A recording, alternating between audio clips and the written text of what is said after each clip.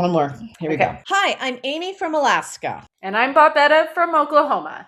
but we're probably going to die. Here in California. I sure hope so. Welcome to our podcast, Beside Death Life, where we'll be discussing dealing with death, but from the vantage point of living. With a dash of humor, because why not? I mean, why not? Why not? Why not? Hi, Babs. Hello, Amy. I thought you were a birth doula. I was for many, many years, and then postpartum doula for many years, and now I'm starting into the death doula world. Okay. And I mean, I didn't ever really imagine you as a death doula. I mean, why are you leaning into being a death doula in one sentence or less? In one sentence or less. Well, the short answer is because I am a birth and postpartum doula. When I tell somebody what I do for a living, lately every single person is like, "Oh, are you a death doula? Or do you know what a death doula is?" I keep hearing this. So I think it's very popular right now. It's a buzzword. Yeah, it is a buzzword. Although, I think I mentioned to you that years and years ago now, I think it was back in I don't know, 15 years ago. Is that years and years ago? Yeah. We hired a death doula with my dad, which was the second death that I had to, I dealt with my mother, and then I had to deal with my dad, and he was stuck in the hospital and we needed some help, and we ended up hiring a death doula back then. And it was the first time I ever heard of it. And she totally looked like I had envisioned what a death doula would look like, which was she was kind of this What? like she Like what? Kind of like hoodoo voodoo, like New Orleans? yeah, like New Orleans. She had this dark, thick curly hair, and she was just super cool and very warm and smart and helpful and knew what to do. She knew how to help us. She knew how to help us through this, because it was different when you're in a hospital and you can't get out, because he couldn't get into the hospice house because it was full. Everybody's just dying to get in there. Me too someday. Me too. Yeah, I know. Well, that's the thing. It was weird. Like, they need more hospice houses. Like, why the hell do you have to wait to get in there? And anyway, so that was my first death doula, which was, seemed like a long time ago now. It does sound like a long time But ago.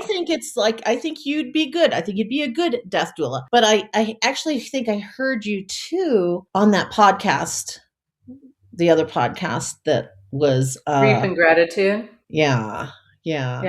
That's I was surprised. I was surprised because you didn't talk about your mom. Yeah. So for those of you listening, this is kind of how we ended up starting or deciding to work together to do this podcast. Is Amy and I were having a phone call or whatever, and she's like, what's this death doula thing? What's going on? And I'm like, well, I'll be up there to visit soon. She's in Big Bear Lake, California. I'm in Tustin, Orange County, California. We were neighbors. And so we end up having this beautiful porch chat for, I think, a few hours over like coffee and way too many sweets from Sister Bakery, which, if you're ever on the mountain, it's super yum. All thumbs up. And you actually did. You told me about this hospice story. In fact, you have two of them, one with your mother in Washington and one with your dad in Texas, and they're very different. And somehow we got around to, as girlfriends and conversations go, talking about my mother's suicide. And you were like, well, this is big and heavy. And to kind of tie this into what you're asking about the podcast, like why I didn't share that, is because Mandy and Crystal of Grief and Gratitude podcast, I think they may be on their 11th episode right now, but I connected with them on Instagram and I listened to like all 8 of them at the time, and I really loved it. And I reached out and I said, hey, if you need any other stories, I've got lots. I've got lots of death in my life. But I also had said to them, I don't know if you're looking at the grief from other losses, like job loss, relationship loss, all of this.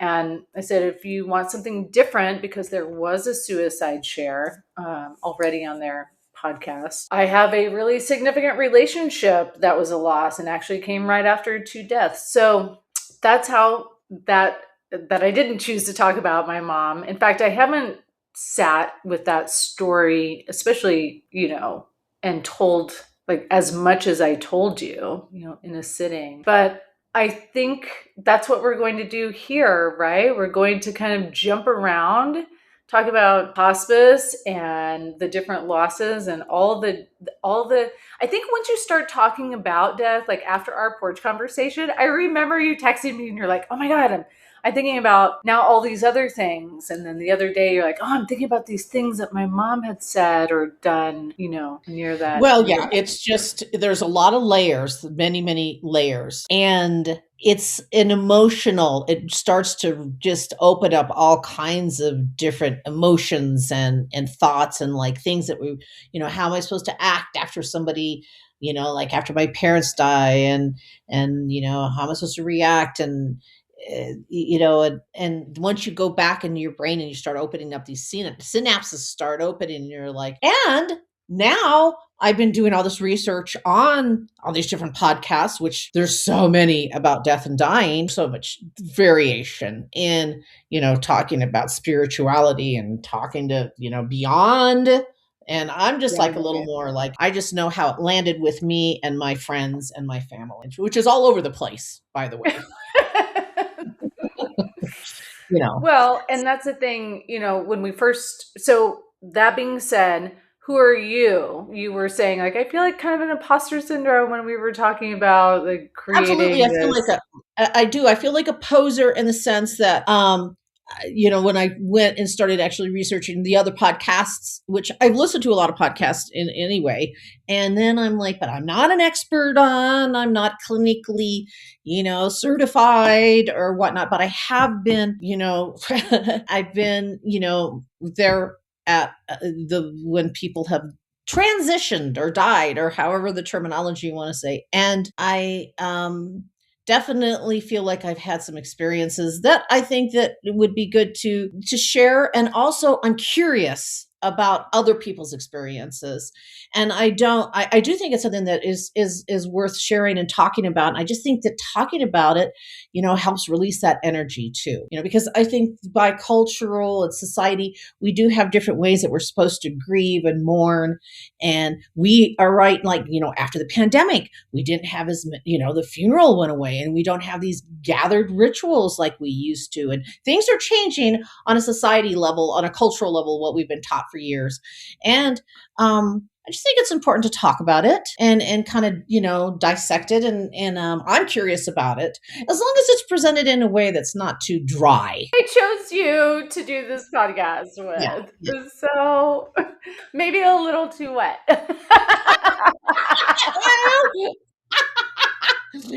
Well, I'm 64. Yeah. So actually, that gives you all, I don't know. Their lived experience, I think we're coming to understand that more culturally as the prerequisite to being able to talk about almost anything. Now, maybe you shouldn't go be a surgeon, just right. Lived experience.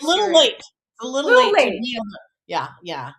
But I have an opinion about this before too. And just because you're old, it doesn't mean you're wise. Well, you could say that again. I'm going to agree with you. But this all kind of formulated as far as us actually, putting this together is because of the Grief and Gratitude podcast that I sent to my friends and family. When I heard the Grief and Gratitude podcast that you were on, and it was interesting because I'm like, you were going through this story that I was there while you were going through this, and I didn't really realize to the depth of how painful and bizarre it was. And then that's when I was like, oh God, she's a good storyteller too. And I have shared some parts of that with some of my other friends because I don't want to get too, into the weeds on this, but there's just some certain aspects of it that you talked about that I was like, oh, this is important for, I think, people to know. And I guess I can talk about the part, is it okay? Should I? I thought the part where you got your tubes untied everybody I have talked to, and I've mentioned this to, I didn't know that a woman could get her tubes untied. Yeah. Yeah, who knew? And I'll never know if it would have worked or not. Yeah, because there was a window of time. I mean, hey, fellas out there, I'm still bleeding, but like There you go. Good to know. Check that one off the list. yeah, Okay. But um yeah, that's when I was like, yeah, she's a good. I always thought you were funny, but I didn't realize you were that, and in that it is a gift. And so yeah, I think thanks. that, and I think with talking about death, it is a subject that we just, a lot of people shy away from. And now that I've gone on all these podcasts, I realize, oh, they're really leaning into it. As you said, they're leaning Yeah. into this. And so, why can't I lean to? Yes, I mean, so you said that, and then I had some other feedback from people who listened to it, and they're like, "Have you ever thought of doing a podcast?" And the truth is, I have thought of doing a podcast. I just never had. I was waiting for this, fucking lightning bolt. Catalyst. Yeah, a catalyst. The Yeah, catalyst. to Yeah, tell the me. lightning bolt. Yeah, tell me what to talk about. And you know what's so cute is our beautiful, lovely children that are always precious with their feedback. Yeah. Yeah. I told my son, I'm Her like, children. I was like, Amy and I are gonna do a podcast. He's like, oh my god, aren't there like, as in everybody doing a podcast? Yep, yep, And they are. Yep, they and are, everything's been talked about too, by the way, Babs. There's yeah, nothing new under the sun to talk about. Just saying. nothing new. That's why But I didn't tell my kids. They're like, yeah, "What are you doing a podcast about?" Not telling ya. not Nope, telling. you're not. Yeah, not going to tell you. But and I said yes, yeah, there are, and there are a ton about death and dying out right now because it's popular. But then he quickly, Yeah, death and dying is so popular. yeah, so popular right now.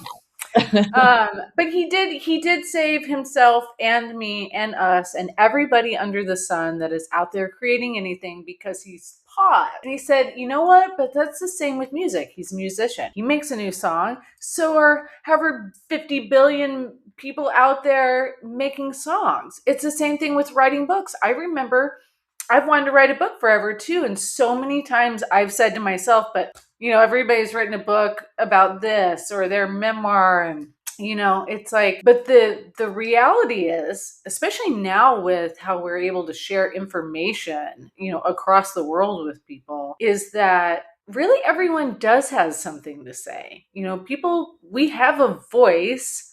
It's an instrument, and why not use it? Otherwise, what are we doing? We're like watching other people's lives. Right. Well, as long as you're not just blah blah blah. I don't want to. that. Yeah, yeah. Bit. Everybody has a voice, but it's not necessarily something I want to listen to, Babs. But I no, my time is precious. My time is precious, and so I'd love to hear a full episode on your experience with these two hospice in two different states, very, very different. And I don't know how many people deal with that. Or yeah, definitely would like to talk about hospices. Yeah, yeah, and that is. I sat with someone at a death cafe recently, and he told me until the very end, like with his wife, they had hospice for this period of time, and then he actually made a change at the very end because the hospice that they did have, he realized in his 90-year-old person was like, I don't like what they're doing. And I realized that I don't have to have them. I can go look for another hospice. good for him. That's really hard as a 90-something-year-old person. So did he have a death doula help him with that? I don't think so. I think he was kind of new to this community. Like he came to a death cafe for the first time, and here he met all these people. He had already lost his wife. Okay. So okay, but well, and also I think that story, as with you, with your mother and her suicide. I don't even like saying it out loud because that's a really interesting one too. And also, you kind of need a schematic to kind of keep track of all the characters because it's so get prepared to have a schematic when you do it. Because it is complicated. I need some guidelines. Oh, But what I thought was really interesting that I learned from what grief and gratitude that's our ad for this Right. episode 0. Yeah. But that doing that for me was instrumental in also this discovery, this new understanding of what sharing your story can do for yourself, and not just with your girlfriend on the porch. Like, it was one thing to be in this container with them and people ask me questions that I've never been asked before, and to have to come up with the answer and have this, what feels like a sudden knowing or understanding of something. But really, I probably have known it, but I've never voiced it because it's never been asked. Does that make sense? Or taken the time to actually let it land and think about it. Because we're all just like, you might not have wanted to deal with it because it is painful, and you might have just put it over here and put it, in a little box off to the side until you get a chance to land and then kind of analyze it. Because it hurts sometimes to go back and talk about these things. I mean, it gives you, you get it like a pain in your chest. I mean, I do anyway, when I talk about these different things. Do you get a pain? Yeah, I mean, I get all kinds of physical symptoms, I think. Some not so pretty. Most of mine aren't pretty. Nothing's Most pretty. of mine aren't pretty. Yeah. But I do get like it hurts. So, that's probably, but when somebody's talking to you about it and interested in listening, and that's the thing, it does help. And then I'm curious too about, like, when I started really digging in to start to listen to these various podcasts, what is it about hearing about other people's, what they go through? Because it's the great unknown, to talk about it. It's like this whole, we all go through it, but every time it's different. And they always say, oh, he died peacefully surrounded by his family. And it's like, that's just this little container, like, oh, they died peacefully. And it's like, no, I want to hear a little more. Yeah. Well, I kind of went on a bit of a rant on Instagram the other day. I was just frustrated. I'm frustrated with just the online culture in general, of like, everybody's selling something, everybody's peddling something. And like, I get it, we're trying to make a buck in this new world. But what I was really frustrated with is, in the death doula community, end of life care community, they're all kind of saying the same thing. And I do understand, for a subject that has been taboo, to like being talked about, it's probably going to have to happen a lot. Probably have to say a lot of the same things over and over again. But what you just said about, like, oh, there was, like, Rebecca, and she went night-night, and we were all like singing hymns around. That's cool. That has never happened in my family. And I have lost, like, I don't know. And it's interesting with you, Babs, because, first, let me go back to this. So what is it that they keep saying over and over, and in the death doula community, that you say has been said over and over again? It's the same thing. Because it's just like, on the list and not say it over and over. Yeah, well, it's like an advertisement. The death doulas are like advertising for this beautiful end of life that your dying loved one, or you who may be dying, of terminal illness, or if you're thinking about your death in the future, they're like, look at this beautiful thing we can have. And like, I'm coming from the birth community for like the last 25 years. And I too was naive in the beginning, and I was like, rah, rah, rah. I was a birth doula out there, and I'm like, everybody's going to have this really beautiful, unmedicated birth in a hospital, and the baby, oh, go suck a tree, like. Do they talk about how you poop when you're pushing your baby out? That's what I want to know. That's what. Didn't you say that nobody told you that you would, and that freaked you out? Yeah, nobody. I did the whole Lamaze. Nobody said anything about it. Yeah, and I was horrified. It's like, yeah, I had a baby, but I also pooped on the bed with everybody there. That was like the thing. It's like, everybody's like, oh, you had a baby. And it's like, yeah, do you know that you poop when you're having a baby? It was like, yeah, I had a baby, but that was the main thing that, I told everybody. It was horrible. And now you're like, oh yeah, everybody knows that you poop when you're having a baby. Nobody told me. And so I think I'm the one that started getting all that out there. I'm the one that started nobody knew that happened. And nobody wanted to talk about it. So, there you go. And you're like, yeah, everybody knows you poop when you have a baby. It's like, but also, the thing is, what's interesting about your background is that everybody at it, when they have their baby, everybody talked about that, and the whole lead up to having a baby, and then the baby shower, and then the baby this and the baby that, and you have that, did you have an epidural? Did you have it in a bathtub? Did you have it in a car on the way to the hospital? I mean, there's all these, like, every story about babies, and because it's a once in a lifetime, or whatever many, 3 times in a lifetime, but once for that baby. But the whole Yeah. thing is we don't talk about our death experiences. We don't talk, like when after my mother died, she did have a beautiful death. Not to She brag. did. From that story, that was like really beautiful. I'm excited for people to hear you Right. tell that She story. had a beautiful death, but she had been preparing for that death. She used to talk about dying and like, why am I still alive? And like, why am I so That's gonna be old? me. Why am I so old? And afterwards, when I got back, because she was up in Washington, and when I got back to Texas, I just wanted to talk to everybody about her death and what happened, and how this, what the hospice nurses did, and what the things were, that how they were so proud of her, and they just were encouraging and helpful to the family. It changed my life. It changed my life. It changed my life. And I just feel like things like that, it was like, why don't we talk about this more? And now here we are. And now here we are. Now we're talking about it. We're going to talk about which I all think of is it. so thank you, But Babs. I mean, yeah, too, on the like, to kind of go back to the birth doula thing and this rah. It took me only, I don't know, 1 or 2 births to be like, especially in the hospital system, okay? And that's to understand that what we were writing, the birth plan, I believe they've come up with a different terminology now. It's like a birth hope. It's like, we hope it goes this way. So I think that is something that probably needs to also be brought up in the deaf community, because I can't imagine that death is just this. I mean, I know it's not, it hasn't been that in my family and with people that I know, but let's just say we planned for the end of my father's life, and then life happened, and it happened different. The story was different. The aftermath was different. We thought we had things together, or things were planned, and you get an Easter egg, So Yeah.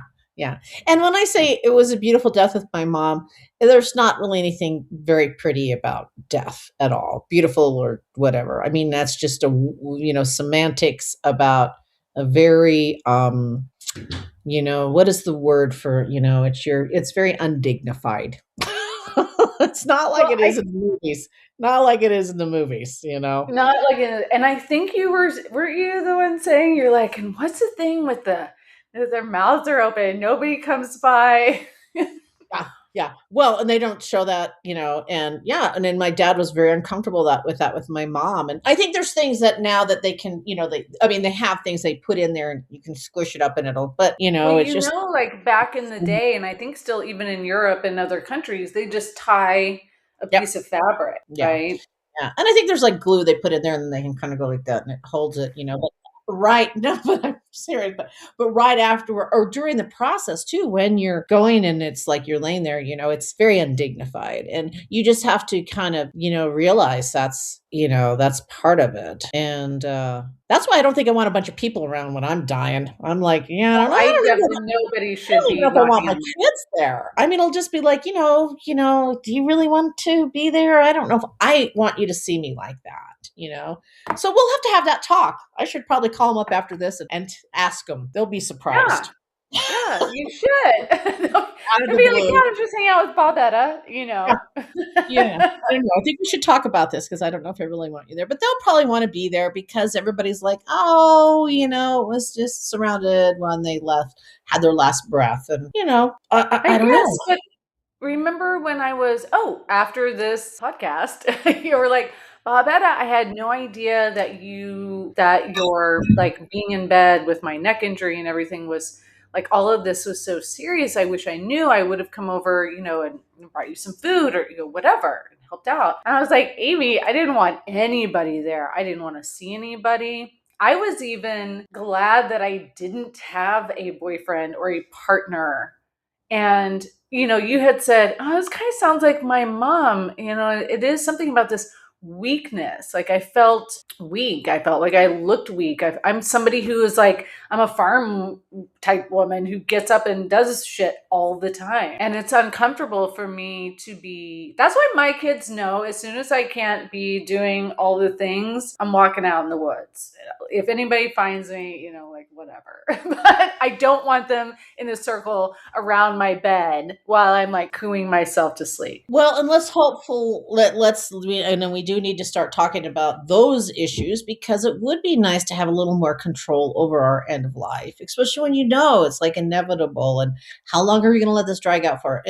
And if there's alternatives and choices, and that we could plan this where it's not going to be messy or lower my property value, because then I think that would be a nice discussion.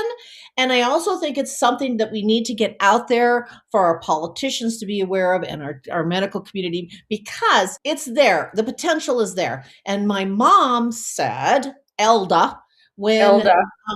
when Jackie Kennedy Onassis passed away, she passed away very quickly. And my mom said, when you're rich like that, like Jackie Kennedy, they have ways of helping you along, which I was like, oh, wow. And she knows all that stuff because she read the New Yorker all the time. So, of course, the New York. Well, yeah. And then, to bring in another subject that we will definitely do episode deep dives on, MAID, or medical aid dying, which used to be called physician's assistant dying, which used to be called euthanasia, is now, I believe, 11 states in the United States it's legal. You do have to have a terminal illness, 6 months to live, and like 2 doctors. But you could just go to Sweden, like if you're depressed. That's what I want to fly my happy ass across the Atlantic when I'm feeling like shit. That's what I want to do. Deal with that. Yeah. So yeah, because I want to know more about that. I feel that, is California one of those states? Do you know? Yeah, that just passed, I believe, October of last year. So very what recent. Is it called now? What is that terminology called now? So it's MAID is the acronym, MAID, and that's medical aid in dying. Okay. Oh, okay. It's essentially like your very last cocktail, like bartender esut natural. Wouldn't that be nice? Wouldn't that be nice? Yeah. Wouldn't that be nice if you go to the bar, your choice, your bar, and then and then you take that cocktail. But unfortunately, that they end up having to deal with it. But it is. Yeah, because it would be nice to have that figured out, where it could be something where it's not traumatic for the family, and it would be easy for everybody involved, as easy as you potentially could have it. Yeah, and I think that's where, or in fact, I know that's where Sweden is coming from, and I know people are pressing in the United States for. And it's going to happen. Medical aid in dying being something that can be taken by someone that is not necessarily terminally ill. Because there are tons of people that are going to end their lives by suicide. And I have talked to these folks. In fact, that's my special interest, everyone. And these are people who believe that their end of life isn't old age or terminal illness. They're already living it. They're in their end of life. And a lot of them will end their lives by suicide. But they're also, their suicidal ideations involve not wanting to cause trauma to family members at home or to strangers if they jump off a building, or, So why not be able to have your last cocktail in your beautiful, death doula made room and, go peacefully into the night, right? Yeah, and not have it be this drama, and also like to be able to communicate with your family and have that discussion and let them know, and it just would be a beautiful death. Maybe, but at least one of these things that you could plan would be, a little bit. We have so little control over all these aspects of our life, that wouldn't it be nice to have a little more control over that? I'm not asking for much, Babs. Asking for much. I have some people now that I'm involved with this community here in Orange County, which you need to find yours up there on that mountain. They're in there somewhere. Okay. I will. Yeah. But now I'm meeting people who are doing, there's so many different, as you spoke to, different facets, subjects in the death and dying community. So they're also professionals in all of those different categories around death, like medical aid and dying MDs, end of life practitioners. You have a lot of people that work in the somatic arts, like Reiki people and massage and everything, that are just like also getting their hands in. Well, it's popular right now. Reiki, huh? Yeah, don't get me started on the hoodoo voodoo shit. Yeah, I need to become a Reiki healer, because that's like when you're massaging people, but you're not touching them, right? Right? Isn't that it? You're healing them from their energy plane or something, right? Isn't that it? It is. Yeah. It is. Yeah, sure. Yeah, because I had somebody do some healing on me, and it actually was really good. I mean, I felt good. I just like getting the attention, and I think that's part of it. Give me some attention. Totally. Need a little attention. Yeah, Well, on that note, I think we will wrap up this episode 0 intro, unless you have anything else that you want to add. No, I'm good, and I'm just wanting to dig into like some of your stories, like about your mother's suicide and the other losses. Yeah. So yeah, they're all like mostly tragic. So yeah. It is tragic. It is tragic. Yeah, but I have a definition of tragic. I think. Okay. I think tragic. When people say tragic, the only time or it's a tragedy is when a true tragedy is when somebody loses a child. Oh, yeah. That's a real tragedy. And with our parents, inevitably, at some point, although your mother's was more of a clusterfuck. Yeah, I guess I like when I say tragic, I guess I'm kind of, in my mind, It is tragic. It was like Shakespearean. It was Shakespearean. Definitely poetic. I'm definitely her daughter. Yeah, like it is, and it was tragic. But I've had friends that have had tragedies, and I think that's a difference. And although you can call it whatever you want, Babs, you can call it. Thank you. But I mean, speaking to losing a child, what's interesting about, to me, that the losing my mother the way I did, and I was like, I don't know, mid-30s. I wasn't a child, but it imprinted on me this very, I was terrified of losing my children. There are also young people that died in my family as well. But as my kids started going through their losses and their teenage years and their emotions and growing and everything, specifically my son more recently, I've lived with years of feeling the potential for losing my child, and in a tragic way, not a nobody expects children to die, right? So I do think that would be the ultimate tragedy, and I'm really happy that I'm not living there right now. Right, and that's the thing. It's almost like scary to even talk about, because in my book, that's the worst. And but you can choose the words you want for your mom, because it was really the worst. If we're talking about Shakespeare, there's tragedy and comedy. Yeah, and we've got to have it. You've got to have it, which is what we're doing here with Beside Death Life, right? Yeah. Yes. I just wish that you were a little more funny. I'm so serious. I'm super serious. All right. Thank you, Babs. Thank you, Amy. Thank you for let's get the party started. Yeah, I'm ready. We have lots to talk about. Okay, thank you everybody out there, and we will see you for episode 1 very soon. Bye. Yay! Suicide. Babs' mom. Yeah. Is that a good cliffhanger? Yeah, cliffhanger. All right, we'll leave it at that. Okay. Love you. Bye.